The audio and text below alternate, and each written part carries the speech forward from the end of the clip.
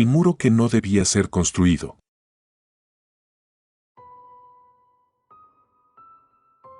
Era una mañana fría cuando llegamos al terreno. El proyecto era sencillo: levantar un muro perimetral para un terreno que, según el cliente, pronto sería un moderno complejo habitacional. Las instrucciones eran claras y el trabajo, rutinario. Para nosotros, era un contrato más, el pan de cada día. Mientras medíamos el terreno y cavábamos los cimientos, uno de mis compañeros, Luis, golpeó algo duro con su pala. Pensamos que era una piedra o algún escombro viejo. Sin embargo, al escarbar más, encontramos algo que nos dejó helados: huesos. No eran restos de animales, eso era seguro. Las formas alargadas y la dentadura que apareció al poco rato lo confirmaron. Eran humanos. Nos quedamos en silencio, mirándonos entre nosotros, tratando de decidir qué hacer. Fue don Jacinto, el anciano que vivía al lado del terreno, quien rompió la tensión. Se acercó cojeando con su bastón y miró los huesos con una mezcla de pena y terror. «No deberían seguir con esto», dijo con voz firme. «Este terreno no es para construir». Sus palabras nos incomodaron, pero ¿qué íbamos a hacer? El cliente ya había pagado por adelantado y no podíamos simplemente abandonar el trabajo. Además, don Jacinto era conocido en el barrio por sus historias exageradas. Nos limitamos a agradecerle y seguimos con lo nuestro, pero algo cambió después de ese día. Esa noche, en casa, no podía quitarme la imagen de los huesos de la cabeza. Recordaba cómo la tierra húmeda los había conservado de forma inquietante, como si quisieran salir a la superficie. Intenté distraerme, pero un sueño extraño me inquietó.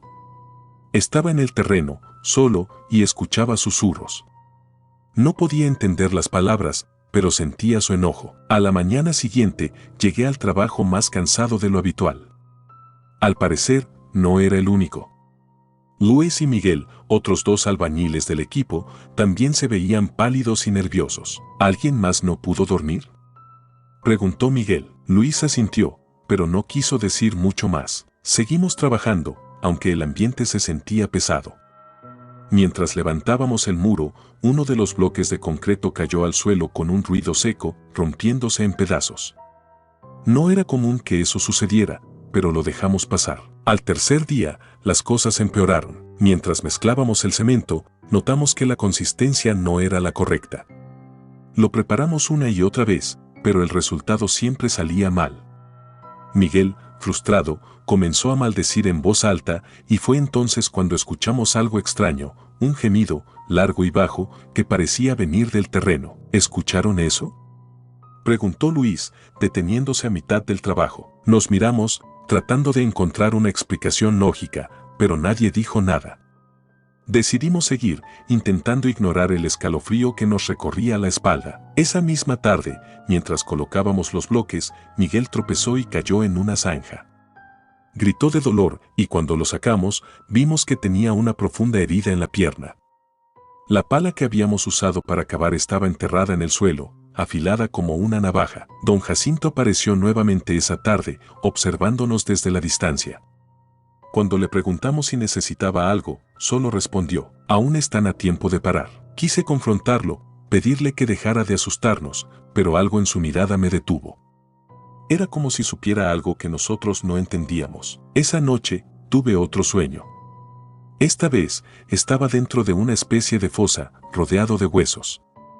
Intentaba salir, pero una fuerza invisible me mantenía ahí. Desperté jadeando, con un sudor frío empapándome. Al día siguiente, cuando llegué al trabajo, Luis no estaba. Intentamos llamarlo, pero su teléfono iba directo al buzón. Al mediodía, un vecino nos dijo que lo había visto salir de su casa de madrugada, descalzo y desorientado. Nadie sabía a dónde había ido. La atmósfera en el terreno era insoportable. Los bloques parecían más pesados, las herramientas se rompían inexplicablemente, y el suelo, antes firme, ahora estaba húmedo y resbaladizo, como si la tierra intentara tragarnos. Finalmente, decidí hablar con don Jacinto. Lo encontré en su jardín, sentado en un viejo banco. ¿Qué sabe sobre este lugar?, le pregunté directamente. Él suspiró, como si estuviera esperando esa pregunta. Hace muchos años, este terreno fue un camposanto. Pero no uno cualquiera. Aquí enterraban a los que nadie quería reclamar, los olvidados, los condenados. Cuando cerraron el lugar, los cuerpos nunca fueron trasladados. Están ahí abajo, enojados, porque ustedes están profanando su descanso. No sabía si creerle, pero algo en su voz me hizo dudar. ¿Qué podemos hacer? Pregunté, esperando una solución. Dejen el muro. Váyanse y no vuelvan, pero no era tan fácil. Teníamos un contrato que cumplir y el cliente no iba a aceptar excusas. Intentamos avanzar, pero era como si el terreno mismo se rebelara contra nosotros. Las máquinas se averiaban, los materiales desaparecían y los accidentes eran cada vez más frecuentes. Miguel, quien siempre había sido el más escéptico, comenzó a rezar en voz baja cada vez que colocaba un bloque. Yo no era creyente, pero empecé a imitarlo, buscando alguna clase de consuelo. Esa misma noche, recibí una llamada. Era Luis. Su voz era apenas un susurro. No puedo más. Ellos no me dejan en paz. ¿Quiénes? ¿Dónde estás? Le pregunté, pero la línea se cortó. Al día siguiente, encontramos su cuerpo en el terreno, en el mismo lugar donde habíamos encontrado los huesos. Después de eso, nadie quiso volver. Llamamos al cliente para informarle que abandonábamos el proyecto. Él, furioso, dijo que buscaría otro equipo, pero no me importó. Unos días después, mientras caminaba cerca del terreno, vi maquinaria pesada trabajando. Parecía que habían contratado a otro grupo. Me quedé observando desde lejos y entonces lo vi, una figura entre las sombras, inmóvil, observándolos. Era Luis. Quise acercarme, gritarle, pero cuando parpadeé, ya no estaba. Solo quedaba el eco de las voces de los nuevos albañiles, ignorando las advertencias que nosotros no supimos escuchar.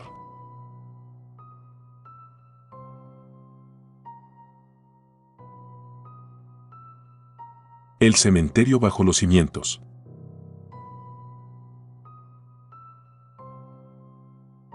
Había algo en la tierra que parecía rechazar nuestra presencia. Cada palada que hundíamos en el suelo arrancaba un sonido seco, como si el terreno llorara por ser profanado. El proyecto consistía en construir un complejo residencial en las afueras de la ciudad.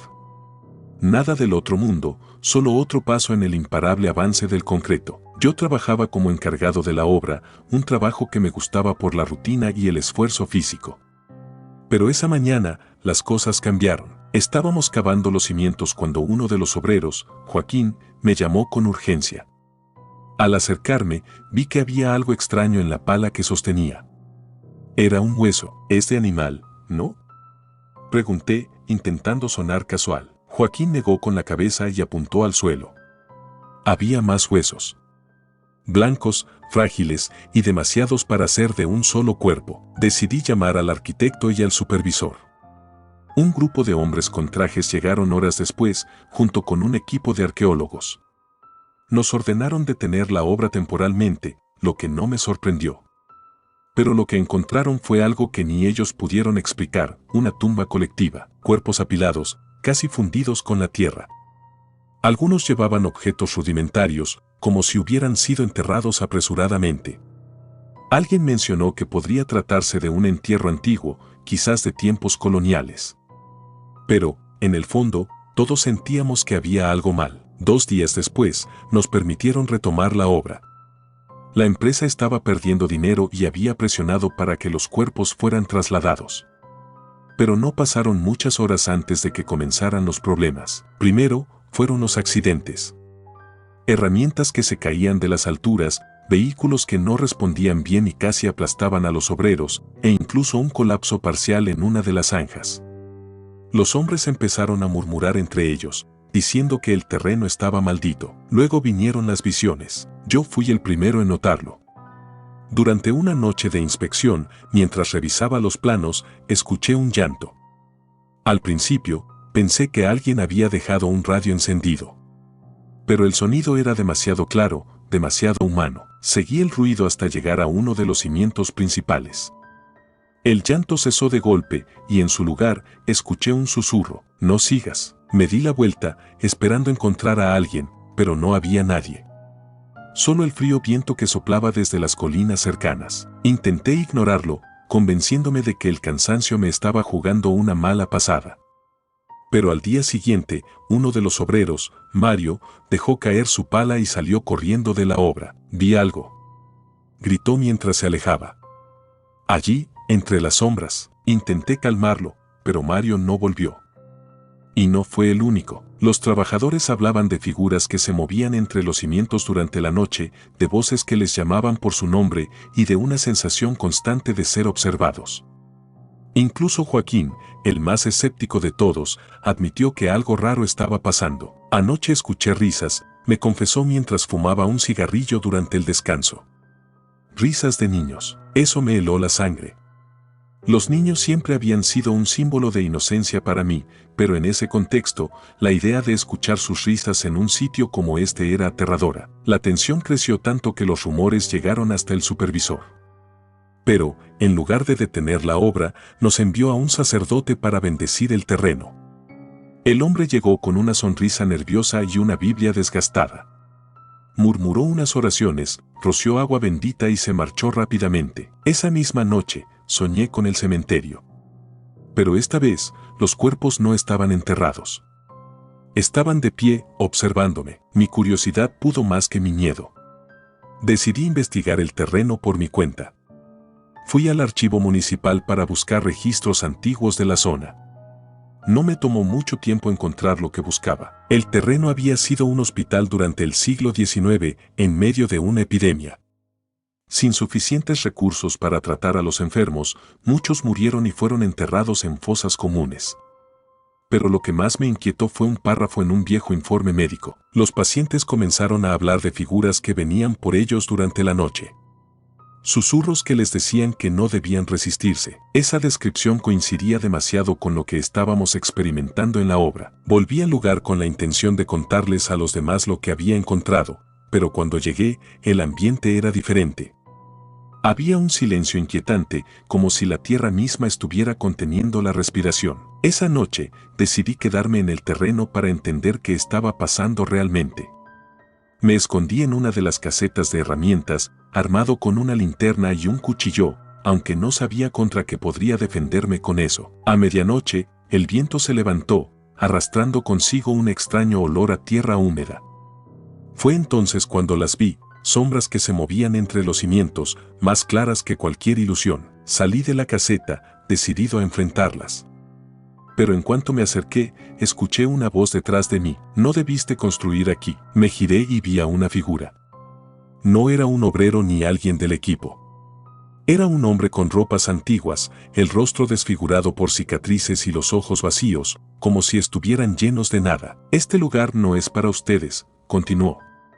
«Cada ladrillo que coloquen será una marca en su condena». Quise responder, pero mi cuerpo no me obedeció. La figura desapareció tan rápido como había aparecido, y en su lugar sentí un peso sobre mis hombros, como si algo invisible me estuviera empujando al suelo. A la mañana siguiente, desperté en el terreno, cubierto de tierra.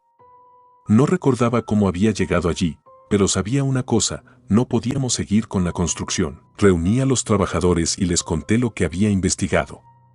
Algunos se burlaron, otros me creyeron, pero todos coincidimos en que lo mejor era abandonar el proyecto. La empresa intentó continuar la obra con otro equipo, pero en menos de una semana, el lugar fue cerrado por un accidente fatal. Un muro se desplomó, aplastando a varios hombres. Ahora, cada vez que paso cerca de ese terreno, evito mirar. Pero no puedo ignorar la sensación de que algo sigue ahí, esperando.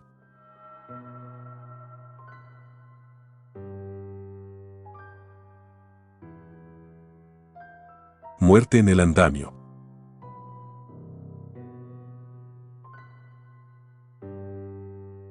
El silbido del viento siempre me ponía los nervios de punta en aquel edificio en construcción.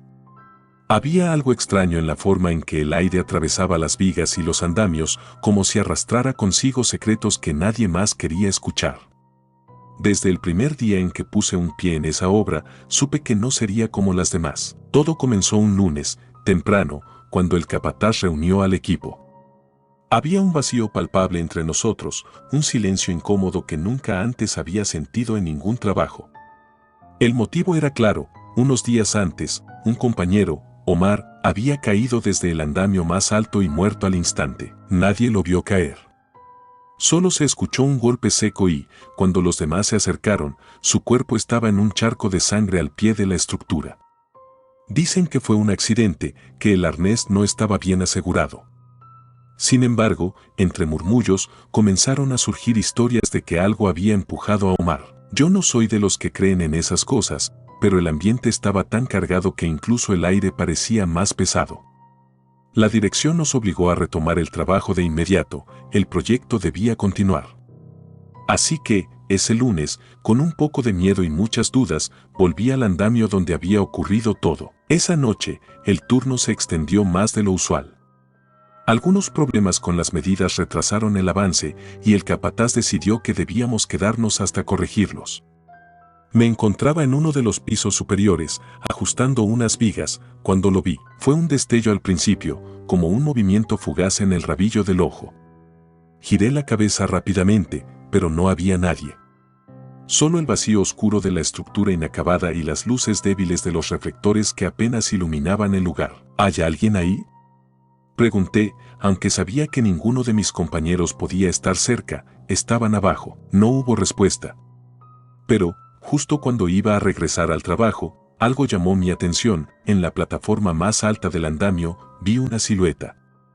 Era alta, delgada, y parecía balancearse ligeramente con el viento. ¿Omar?, murmuré, más para mí que para nadie. La figura no respondió.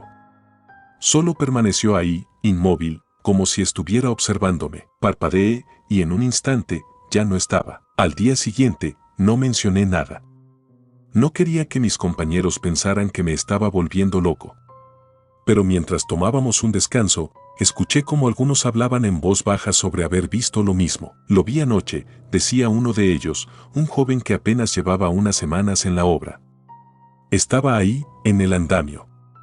Parecía que me miraba. Eso es porque no lo dejaron descansar en paz, interrumpió otro, más viejo, encendiendo un cigarrillo. Estos terrenos no están limpios. Omar no fue el primero en morir aquí, y no será el último. Los demás se quedaron en silencio. Yo traté de ignorar la conversación, pero sus palabras se quedaron conmigo. Esa noche, cuando el turno terminó, me quedé un poco más para guardar las herramientas. El viento soplaba con más fuerza que de costumbre y el silbido que producía entre las vigas se parecía demasiado a un susurro. Fue entonces cuando lo escuché, un crujido, como si alguien caminara por la madera de los andamios. ¿Quién anda ahí?, pregunté, tratando de sonar firme. No hubo respuesta. Sin embargo, el sonido continuó, más cerca esta vez. Subí unos escalones para tener una mejor vista y, al hacerlo, sentí que algo me observaba desde las sombras. «Déjalo en paz», susurró una voz. Giré en todas direcciones, buscando al responsable, pero no había nadie. Solo yo, el viento, y una sensación creciente de que algo estaba profundamente mal. Al tercer día, las cosas se salieron de control. Varios compañeros se negaron a subir al andamio, alegando que habían sentido manos invisibles tirándolos hacia el vacío. Otros hablaban de ver sombras que desaparecían al acercarse. El capataz, furioso, ordenó a todos volver al trabajo. «No voy a perder tiempo por sus tonterías», gritó. Pero incluso él parecía nervioso, lanzando miradas rápidas hacia las alturas como si temiera que algo pudiera aparecer en cualquier momento. Esa noche, me ofrecí para quedarme de guardia. Quería respuestas. Llevé una linterna y subí hasta el andamio más alto, donde Omar había caído. La plataforma estaba fría, y el viento soplaba con fuerza, haciendo que las cuerdas y las lonas se movieran como si tuvieran vida propia. Fue entonces cuando lo vi. Primero, un leve movimiento. Luego, la figura completa, Omar, con su casco inclinado y su arnés colgando de manera grotesca. Su rostro estaba pálido, casi translúcido, y sus ojos. Dios, sus ojos estaban llenos de una tristeza infinita. «¿Por qué no lo detuviste?», murmuró, su voz apenas audible sobre el viento. «¿Detener qué?», pregunté, temblando. No respondió. En lugar de eso, levantó una mano y señaló hacia el suelo, donde habían encontrado su cuerpo. Cuando bajé la mirada, noté algo que no estaba allí antes, una mancha oscura que parecía sangre, extendiéndose lentamente como si el tiempo no hubiera pasado. Cuando levanté la vista, Omar había desaparecido. Esa noche no pude dormir. Las palabras de Omar resonaban en mi cabeza. ¿Por qué no lo detuviste? ¿A quién se refería? ¿Acaso su muerte no había sido un accidente? Al día siguiente, comencé a investigar. Pregunté a los compañeros más antiguos si sabían algo sobre los terrenos donde trabajábamos. Uno de ellos, después de mucho insistir, me contó una historia que hizo que la sangre se me helara. Antes de que empezara esta construcción, aquí había un almacén viejo. Hubo un incendio hace años y murieron varias personas atrapadas adentro. Dicen que nadie se atrevió a reconstruir porque esas almas no descansan. No podía ser una coincidencia. Algo en ese lugar estaba mal desde el principio y Omar había sido su víctima más reciente. Esa noche, subí al andamio por última vez.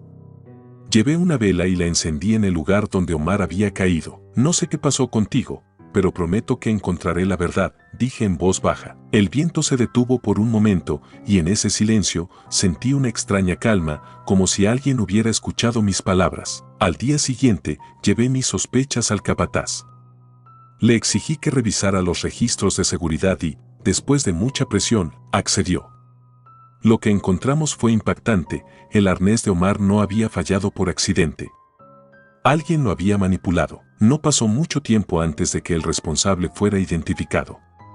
Era un compañero, un hombre que había tenido problemas con Omar en el pasado. Admitió haber aflojado el arnés como una broma, pero jamás pensó que terminaría en tragedia. La construcción se detuvo después de eso. El terreno quedó abandonado y el caso de Omar se convirtió en un recordatorio de lo frágil que puede ser la vida. A veces, todavía sueño con él. Su silueta, balanceándose en el andamio, me observa desde las alturas. Tal vez ahora pueda descansar, sabiendo que la verdad salió a la luz. Pero yo nunca olvidaré la sensación de su mirada, ni el peso de su pregunta. ¿Por qué no lo detuviste?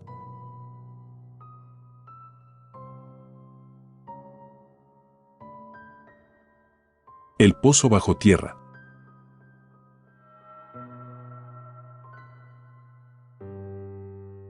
El sol estaba alto cuando empezamos a excavar. Una nueva construcción en las afueras de la ciudad, un edificio comercial que prometía empleos y desarrollo. A mí, como a mis compañeros, no nos importaba mucho lo que prometía el proyecto, estábamos allí para trabajar y recibir nuestro sueldo. Pero ese día fue diferente. No recuerdo quién dio el primer golpe de pala, pero sé que fue una de las primeras cosas que me llamaron la atención. El suelo no tenía la consistencia habitual de la tierra compacta que suelen tener estos terrenos. Era más blanda, como si hubiera sido removida antes. Algunos bromearon sobre haber encontrado un tesoro, pero lo que descubrimos no tenía nada de valioso. Apenas habíamos avanzado 1 metro cuando la pala de Jorge chocó con algo sólido. Pensamos que sería una roca o alguna tubería olvidada.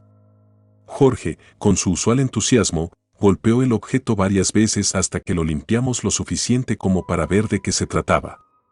Era una tapa de piedra. No era un pedazo cualquiera, tenía grabados. Los patrones eran simples, pero inquietantes. Líneas que se entrecruzaban en forma de espirales y cruces. Nadie supo decir qué significaban. Algunos sugirieron que podría ser algo antiguo, quizá restos de una construcción previa. Pero lo que más nos intrigaba era el sonido. Cuando Jorge golpeó la tapa con la pala, un eco hueco resonó por debajo. Había un espacio vacío allí abajo. La curiosidad pudo más que la lógica, y entre todos decidimos levantar la tapa. No fue fácil. Necesitamos usar una de las grúas pequeñas para moverla. La piedra era pesada, y cuando finalmente logramos retirarla, se levantó una nube de polvo espeso que tardó en disiparse. Bajo la tapa, un pozo oscuro se abría ante nosotros. La luz del sol no alcanzaba a iluminar el fondo. ¿Qué crees que sea?, preguntó Carlos, que siempre parecía tener miedo de todo. Un viejo pozo de agua, ¿qué más?, respondió Jorge, siempre tratando de parecer valiente. Pero su voz temblaba un poco. Alguien arrojó una piedra para medir la profundidad. Escuchamos el impacto después de unos segundos, como si el fondo estuviera cubierto de algo blando. No parecía agua. Pero entonces comenzó. Al principio no lo noté, pero después fue imposible ignorarlo, una sensación incómoda de ser observado. No podía identificar de dónde venía, pero cada vez que estaba cerca del pozo, mi piel se erizaba. Mis compañeros decían sentir lo mismo, aunque lo disfrazaban con risas nerviosas y bromas. «Debe ser una rata gigante allá abajo, viéndonos, esperando que nos caigamos», dijo Jorge, pero no se acercó más al borde. A medida que pasaban las horas, esa sensación se intensificó. Algunos dijeron que escucharon ruidos provenientes del pozo, como un susurro o un leve rasguño. Otros comenzaron a quejarse de dolores de cabeza. Esa noche, cuando terminamos la jornada, fui el último en salir del terreno. Mientras me ponía el casco en la camioneta, me giré para mirar el pozo. Parecía diferente, más oscuro de lo normal, como si la misma tierra estuviera absorbiendo la luz que lo rodeaba. Algo se movió en el borde, o al menos eso creí. Los días siguientes fueron peores. Los accidentes comenzaron. Primero, una herramienta que se cayó sola y casi golpea a uno de los muchachos. Luego, las máquinas empezaron a fallar sin razón aparente. Las bromas se transformaron en silencio. Jorge, que había sido el más entusiasta al principio, comenzó a cambiar. Lo encontré una tarde sentado junto al pozo, mirando fijamente el interior. No respondía cuando lo llamaba. Tuve que zarandearlo para que reaccionara. «¿Qué haces aquí solo?» «Están llamando», respondió, casi en un susurro. «¿Quiénes?» «No sé, pero quieren que baje». No pude evitar un escalofrío. Al día siguiente, Jorge no se presentó a trabajar. Fue el primero en desaparecer. La sensación de ser observado era constante ahora, incluso en casa. Soñaba con el pozo, con sus paredes húmedas y algo que se movía en el fondo. No quería hablar de ello con nadie, pero algunos compañeros admitieron que también tenían pesadillas similares. Un día, mientras trabajábamos, Carlos perdió el control. Comenzó a gritar que algo lo estaba siguiendo, que veía sombras moverse alrededor del pozo. Lo llevaron al hospital, pero nunca volvió. Los encargados del proyecto comenzaron a notar la falta de personal y los retrasos. Trajeron nuevos trabajadores, pero ellos tampoco duraban mucho. La historia del pozo se extendió como un rumor maldito y nadie quería acercarse. Una noche, no pude más. La curiosidad y el miedo me estaban volviendo loco. Decidí volver al terreno. Armado con una linterna y una cuerda, me acerqué al pozo. El silencio era absoluto. La luz de mi linterna apenas iluminaba las primeras paredes del pozo. Algo dentro de mí sabía que no debía bajar, pero algo más fuerte, algo que parecía venir del pozo mismo, me empujaba a hacerlo. Até la cuerda a una de las vigas cercanas y comencé a descender. La humedad aumentaba a medida que bajaba. Las paredes estaban cubiertas de algo que parecía musgo, pero era más oscuro, casi negro. El aire era pesado y cada respiración me costaba más. Finalmente, llegué al fondo. Lo que vi allí me paralizó. No eran piedras ni agua, como habíamos supuesto. Era una especie de tejido, similar a piel, que cubría todo el suelo. Parecía latir, como si estuviera vivo. Antes de que pudiera reaccionar, algo se movió. No vi qué era, pero sentí su presencia, algo grande, algo que no debería estar allí. No recuerdo cómo subí. Mis manos estaban llenas de cortes por la cuerda y mi respiración era un desastre. Corrí hasta mi casa sin mirar atrás, pero sabía que no estaba solo. Desde esa noche, todo ha empeorado. Escucho ruidos en mi casa, veo sombras por el rabillo del ojo. Intenté advertir a los demás, pero nadie quiere escucharme. La construcción se detuvo y el terreno fue abandonado. El pozo sigue allí, esperando. Algo en su interior sigue llamándome, susurrando mi nombre en sueños. Sé que, tarde o temprano, tendré que volver.